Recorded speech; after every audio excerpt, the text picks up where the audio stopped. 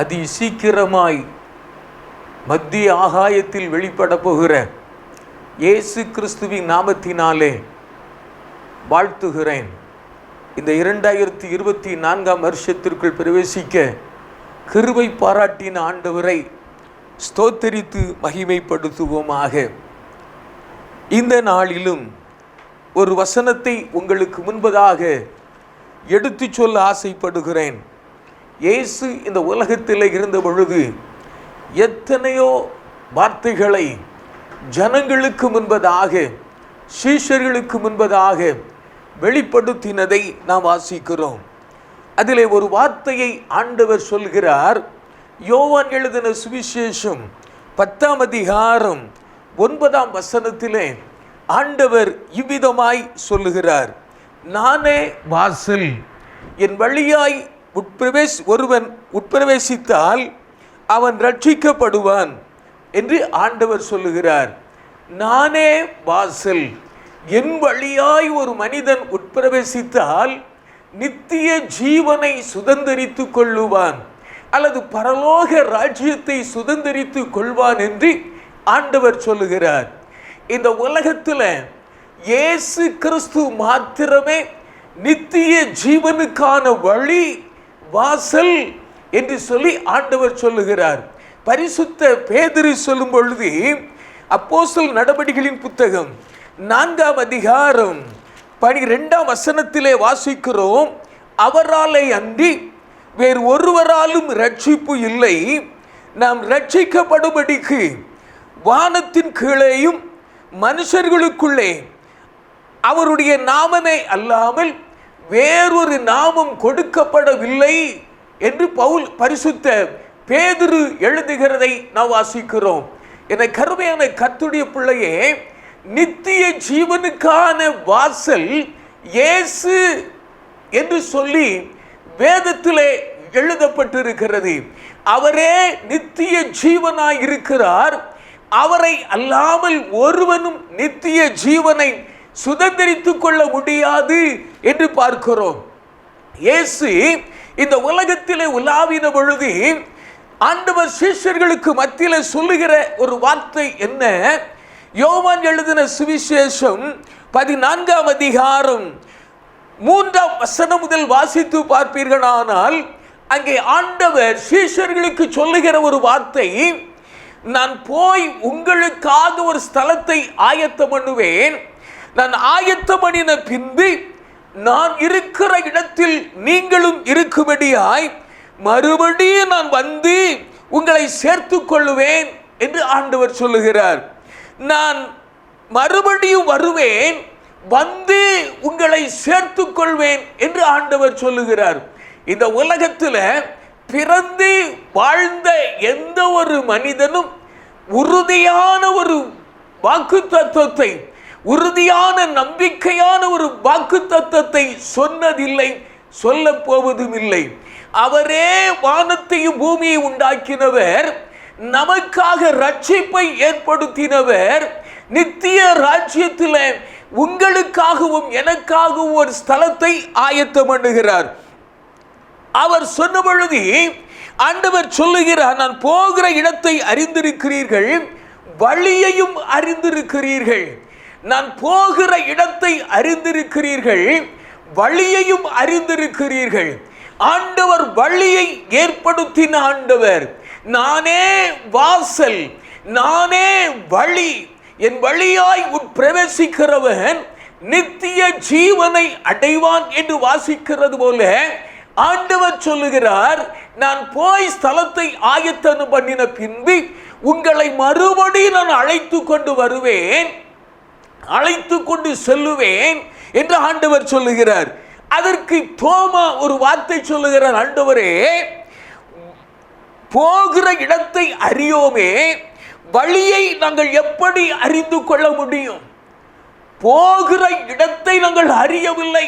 ஆண்டவர் இந்த உலகத்தில் இருந்த பொழுது அநேக முறை ஆண்டவர் சொன்னார், நான் மரணத்திற்கு பின்பதாக பரலோகத்திற்குள்ளே எடுத்துக் கொள்ளப்படுவேன், மறுபடியும் மேகத்தின் மேல் வருவேன் என்று ஆண்டவர் அநேக முறை சொன்ன போதிலும் இந்த தோமா அங்கே ஒரு வார்த்தை, அவிசுவாசமான ஒரு வார்த்தையை சொல்லுகிறதை பார்க்கிறோம்.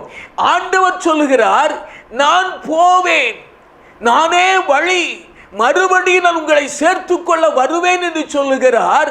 அந்த வார்த்தையை விசுவாசிப்பதற்கு அவனுக்கு இருதயம் இல்லை, அவனுடைய இருதயம் அதை ஏற்றுக்கொள்ளவில்லை. தோமா இயேசுவை பார்த்து சொல்லுகிறான், ஆண்டவரே, நீ எங்கே போகிறீர் என்று எங்களுக்கு தெரியாதே, நாங்கள் வழியை எப்படி அறிந்து கொள்ள முடியும்?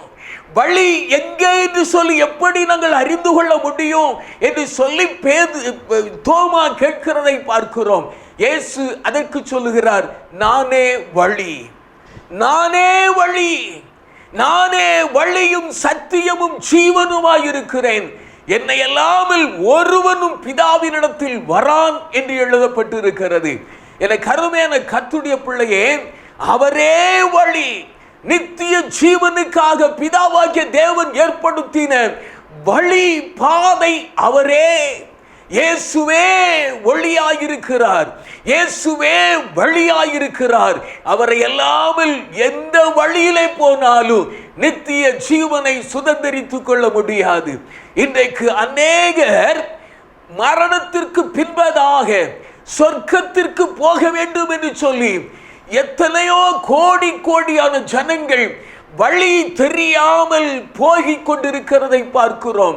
தாங்கள் போகிற வழி இன்னதென்று அறியாமல் ஓடிக்கொண்டிருக்கிறதை பார்க்கிறோம். ஒளியை பார்க்க வேண்டும் என்று சொல்லி கோடி கோடியான ஆத்துமாக்கள் மனிதன் தன் கரத்தினால் ஏற்றப்பட்ட ஒளியை பார்க்க வேண்டும் என்று சொல்லி கோடியான ஜனங்கள் ஓடிக்கொண்டிருக்கிறார்கள். எங்கே தெய்வத்தை பார்க்கலாம், எங்கே தெய்வத்தை காணலாம் என்று சொல்லி அறியாமல் ஓடிக்கொண்டிருக்கிறார்கள். அதை நம்முடைய கண்களால் பார்க்கிறோம். என கருமையான கர்த்தருடைய பிள்ளையே, கோடி கோடியான ஜனங்கள், கோடி கோடியான ஜனங்கள் தாங்கள் போகிற வழியை தெரியாமல் ஓடிக்கொண்டிருக்கிறார்களே. இவைகளுக்கு மத்தியில் இயேசு சொன்ன வார்த்தையை கேட்பதற்கும் மனமற்றவர்களாய் இந்த உலகத்திலே வாழ்ந்து கொண்டிருக்கிறதையும் நாம் பார்க்கிறோம். இயேசுதான் வழி என்று சொன்னாலும் ஏற்றுக்கொள்ள மனமற்றவர்களாய் இருக்கிற கோடியான ஜனங்களை பார்க்கிறோம். என கருமையான கர்த்தருடைய பிள்ளையே, அவருடைய கண்கள் தெரியவில்லை, அவருடைய கண்களுக்கு தெரியவில்லை, இருதயம் அதை கிரகிக்கக்கூடிய முடியவில்லை. ஆனால் தன்னுடைய சுய இஷ்டத்தின்படி இந்த உலகத்திலே ஓடிக்கொண்டிருக்கிறதை பார்க்கிறோம். என கருமையான கர்த்தருடைய பிள்ளையே, ஆண்டவர் சொல்லுகிறார், நானே நித்திய ஜீவனுக்கு வழி, நானே பரலோக ராஜ்யத்திற்கு வழி என்று சொல்லுகிறார். ஏற்றுக்கொள்ள மனமற்றவர்களாக இந்த உலகத்திலே வாழ்ந்து கொண்டிருக்கிறோம். என கருமையான கர்த்தருடைய பிள்ளையே, அவரை அல்லாமல் ஒருவனும் பிதாவினிடத்தில் வரான், அவரை அல்லாமல் ஒருவனும் பிதாவினிடத்திலே வரான். அவரே வழியாயிருக்கிறார். அந்த வழியிலே சொல்லுகிறவன் நித்திய ஜீவனை சுதந்திரித்துக் கொள்வான் என்று எங்கள் ஆண்டவர் சொல்லுகிறார். எனக்கு அருமையான கர்த்தருடைய பிள்ளையே, அவரே வழி, ஆம் அவரே வழி. இந்த வழியிலே பிரவேசிக்கிறவன் நித்திய ஜீவனை சுதந்திரித்துக் கொள்வான். நல்லது, இயேசுதான் வழி, அதிலே பின்பற்றுகிறவன் நித்திய ஜீவனை அடைவான். நல்லது. ஆனால் பிரவேசிக்கிற ஒரு மனிதன், ஆண்டவர் நானே வழி என்று சொல்லுகிறாரே, நானே ரட்சிப்பை அருளி செய்கிறவர் என்று சொல்லுகிறாரே, நானே ரட்சகர் என்று சொல்லுகிறாரே. ஒருவேளை இதை கேட்டுக்கொண்டிருக்கிற கர்த்தருடைய பிள்ளையே, இயேசு கிறிஸ்துவுடைய வசனத்தை ஏற்றுக்கொண்டு விசுவாசித்து ரட்சிக்கப்பட்டிருக்கலாம், அந்த வழியை அறிந்திருக்கலாம். ஆண்டவர் சொல்லுகிறாரே, நான் போவேன், மறுபடியும் வருவேன், உங்களை அழைத்துக் கொள்வேன் என்று சொன்னாரே, அந்த வார்த்தையை விசுவாசித்து ஏற்றுக்கொண்டிருக்கலாம். நல்லது. உடனே நித்திய ஜீவனை சுதந்திரித்துக் கொள்ள முடியுமா? அந்த வழிக்குள்ளே பிரவேசித்து விட்டோம், வாசலுக்குள்ளே நின்று கொண்டிருக்கிறோம். நித்திய ஜீவன் நமக்காக ஆயத்தம் பண்ணப்பட்டிருக்கிறது, அதை சுதந்திரித்துக் கொள்வோம் என்று சொல்லி நம்புகிறீர்களா? எனக்கு அருமையானவர்களே, ஆனால் ஆண்டவர் இந்த உலகத்தில் இருந்த பொழுது இன்னொரு வார்த்தையும் அதோடு கூட சேர்த்துக் கொள்ளுகிறார். நான் வழி, நான் தான் நித்திய ஜீவனுக்கான வழி. அதோடு நின்று விடவில்லை. ஆண்டவர் இன்னும் ஒரு வசனத்தை சொல்லுகிறார். இடுக்கமான வாசல் வழியாய் உட்பிரவேசிக்கிறவன் அதை சுதந்தரித்துக் கொள்ளுவான். இடுக்கமான வாசல் வழியாய் உட்பிரவேசிக்கிறவன் அதை சுதந்தரித்துக் கொள்ளுவான். வழி கண்டுவிட்டோம், இதுதான் வழி என்று சொல்லி அறிந்து விட்டோம், நல்லது. ஆனால் அந்த வழியின் வழியாய் செல்ல வேண்டுமானால், அல்லது நித்திய ஜீவனை சுதந்தரித்துக் கொள்ள வேண்டுமானால், இடுக்கமான வாசல் வழியாய் உட்பிரவேசிக்க வேண்டும். அந்த வழி விசாலமான வழி அல்ல, விசாலமான வழி அல்ல. இரண்டு வழியை நமக்கு முன்பதாய் வைத்திருக்கிறார். அந்த வழி ஒன்று இடுக்கமான வாசல், இன்னொன்று விசாலமான வாசல். இந்த இடுக்கமான வாசலால் இயேசுவே வழி என்று சொல்லுகிற வாசல்களுக்குள்ளே பிரவேசித்து விட்டோம். விசாலமான வாசலை, விசாலமான வழியை துறந்து நல்வழிக்குள்ளே அல்லது இயேசுவாயிருக்கிற வழிக்குள்ளே பிரவேசித்து விட்டோம், நல்லது. ஆனால் இயேசு சொல்லுகிறார், அது இடுக்கமான வாசல். இடுக்கமான வாசல் வழியாய் பிரவேசிக்கிறவனே ரட்சிக்கப்படுவார். இன்னைக்கு கிறிஸ்தவ வாழ்க்கை அலங்காரமான ஒரு வாழ்க்கை அல்ல, சுகமுகமான ஒரு வாழ்க்கை அல்ல.